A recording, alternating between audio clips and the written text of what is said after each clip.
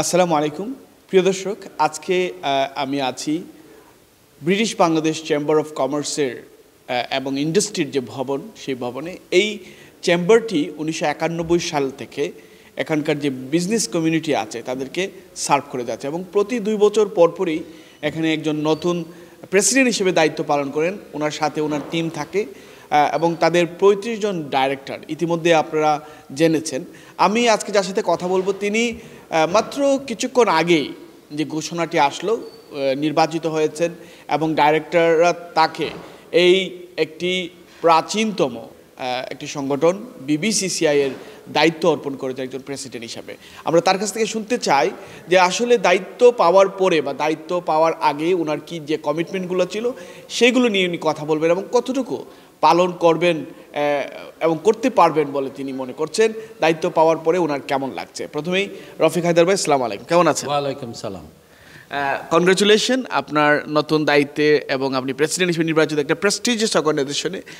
যেহেতু এখানে অনেক ব্যবসায়িক সংগঠন আছে, কিন্তু বিবিসিসিআই একটি one of the prestigious organization এবং অনেক অনেক পুরাতন একটি সংগঠন।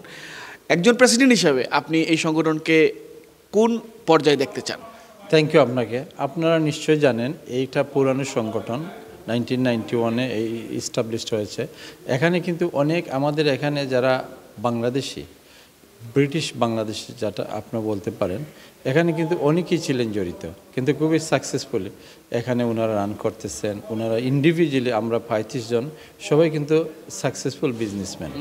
সুতরাং এখানে যারা ডাইরেক্টর ছিলেন, আপনারা নিশ্চয় মনে আছে এখানে আমাদের মরহুম আব্দুর রহিম, যিনি শুরু থেকে ছিলেন, উনি এখন নেই। তারপর আপনারা নিশ্চয় জানেন এনাম আলী সাহেব, তারপর মাহমুদুর রশিদ সাহেব। আমি ওনাদের মাগফিরাত কামনা করি।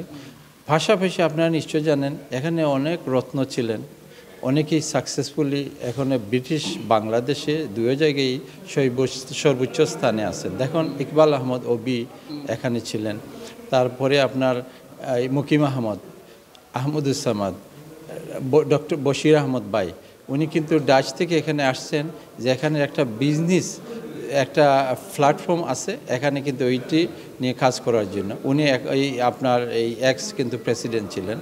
পাশাপাশি এখানে আপনার এই যে ডক্টর শাকির বক্ত ফারুক, ওনার মতো বিজ্ঞ লোক ছিলেন।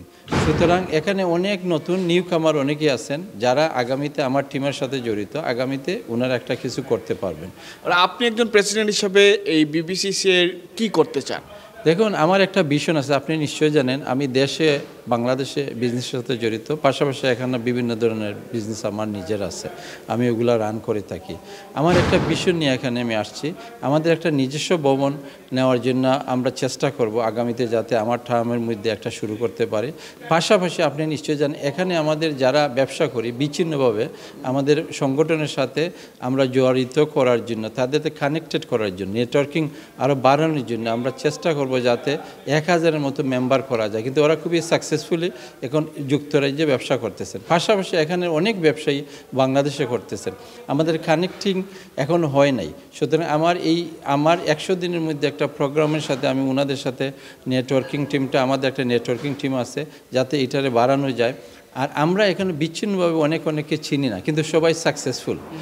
কিন্তু ওই সাকসেসফুল যারা আমাদের কাজ করতেছেন সবাইকে একত্র করে যাতে আরও মোর সাকসেস করা যায় এবং বাংলাদেশেও করা যায়, এই দেশে মেইন স্ট্রিমের সাথে আমাদের নেক্সট জেনারেশনরে কীভাবে কানেক্টেড করা যায়, এইটা আমাদের টিম কাজ করতেছে। আমি মনে করি আমাদের এই সমন্বয় থাকলে আমরা এই জিনিসটা কাজে লাগিয়ে আমরা 2 দেশের, মনে রাখতে হবে আমাদের এই দেশ আমাদের ছেলে মেয়েদের দেশ, আমাদের ভবিষ্যৎ প্রজন্মের দেশ। সুতরাং আমাদের এই দেশ নিয়েই কাজ করতে হবে। পাশাপাশি আমরা যে দেশ থেকে বড় হয়ে আসছি, আমাদের কন্ট্রিবিউটিং এখন আছে আরও more connected to next generation. সুতরাং আমাদের বেশ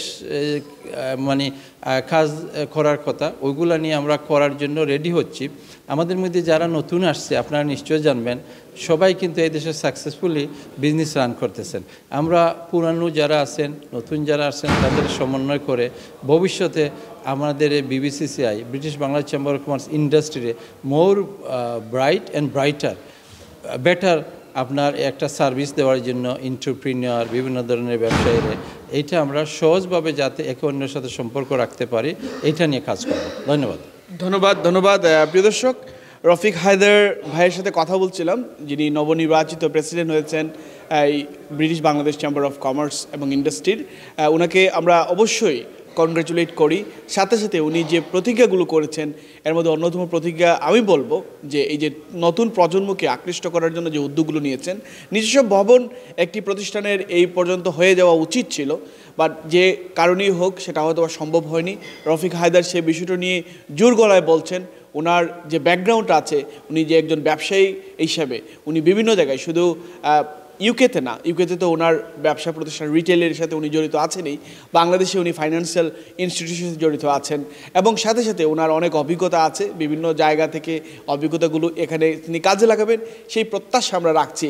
এবং আগামী 2 বছর পর আমরা যেন বলতে পারি যে রফিক হায়দার যে কথাগুলো বলেছেন, সত্যি বলেছেন, সেটি বাস্তবায়ন ঘটেছেন।